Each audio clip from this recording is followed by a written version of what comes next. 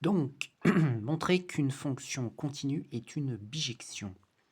Donc, quand est-ce qu'une fonction définie de A dans B, d'un ensemble A dans un ensemble B, euh, on dit qu'elle est une bijection? Quand est-ce que l'on dit cela? Eh bien, c'est lorsque pour tout élément de B, il existe un unique élément de A dont l'image est l'élément de B. Voilà, donc c'est ça la définition de cette fonction qui est une bijection.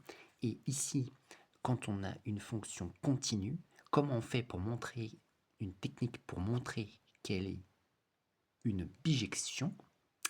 C'est que cette fonction f définie de a dans b, elle est une fonction continue, et si elle vérifie les conditions que a est un intervalle, que f de a est égal à b, ce qui signifie que l'image de l'ensemble A, de l'intervalle A, est un intervalle qui est B, c'est-à-dire tout élément de A possède une image dans B. Voilà. Alors, et que f, elle est strictement monotone sur A, c'est-à-dire soit strictement croissante ou strictement décroissante, alors f est une bijection.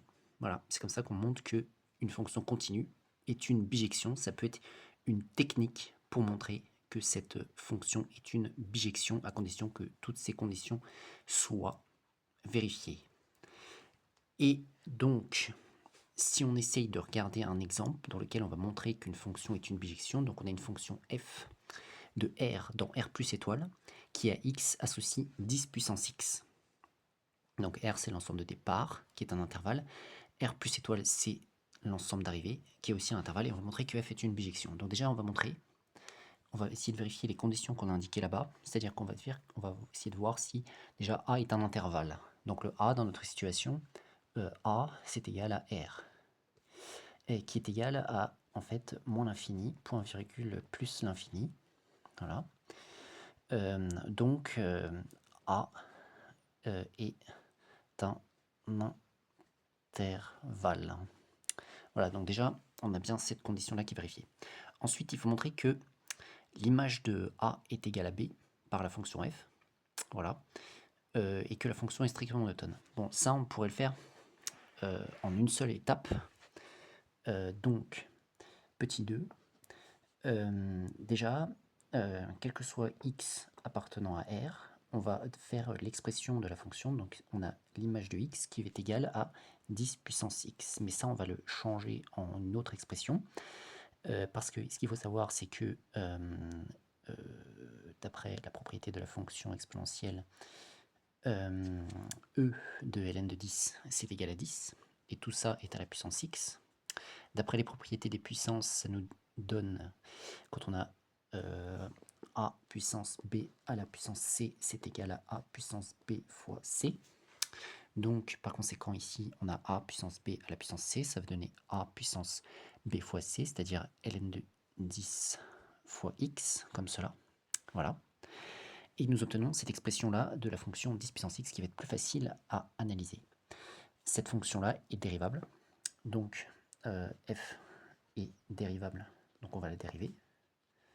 Dérivable sur r, on va dériver cette fonction pour étudier ses variations, pour savoir qu'elle est strictement monotone.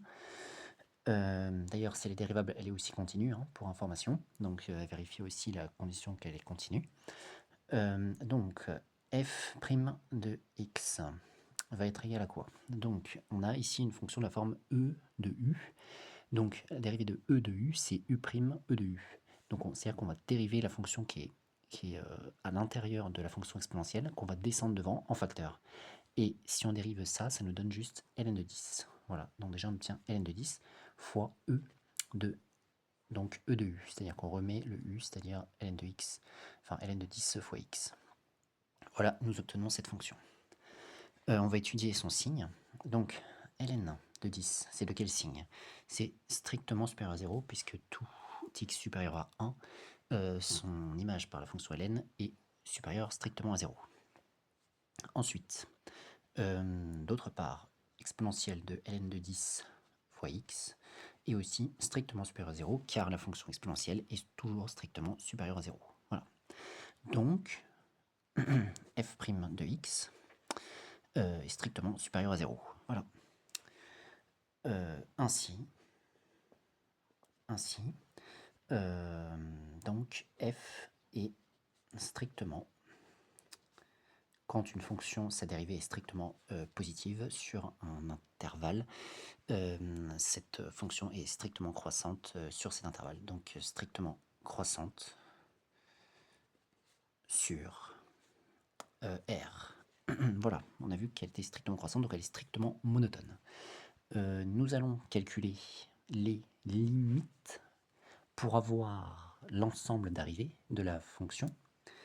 Les limites ou les images des bornes, mais ici ce sera les limites puisque les bornes de l'ensemble sont moins l'infini plus l'infini. Donc on va faire limite lorsque x tend vers moins l'infini de f de x qui va être égal à la limite lorsque x tend vers moins l'infini de e de ln de 10 fois x.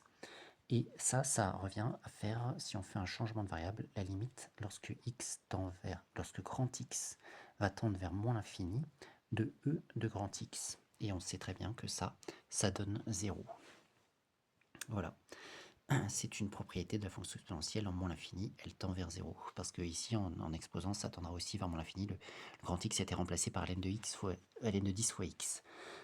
Ensuite, limite lorsque x tend vers plus l'infini de f de x, égale limite lorsque petit x tend vers plus l'infini de exponentielle de ln de 10 fois x, qui va être égal à, donc ça va donner, si on fait également un changement de variable, et limite lorsque grand X tend vers également plus l'infini, parce que lorsque grand X tend vers plus l'infini, et bien ici, en exposant tout ça est remplacé par grand X, ça tend aussi vers plus l'infini, ça fait E de grand X, c'est égal à plus l'infini. Voilà. Nous en sommes donc arrivés ici. Très bien. Très bien, très bien. Et est-ce qu'on a réussi à montrer qu'elle était strictement monotone? Oui. Du résultat que l'on obtient ici, on peut en déduire que f de R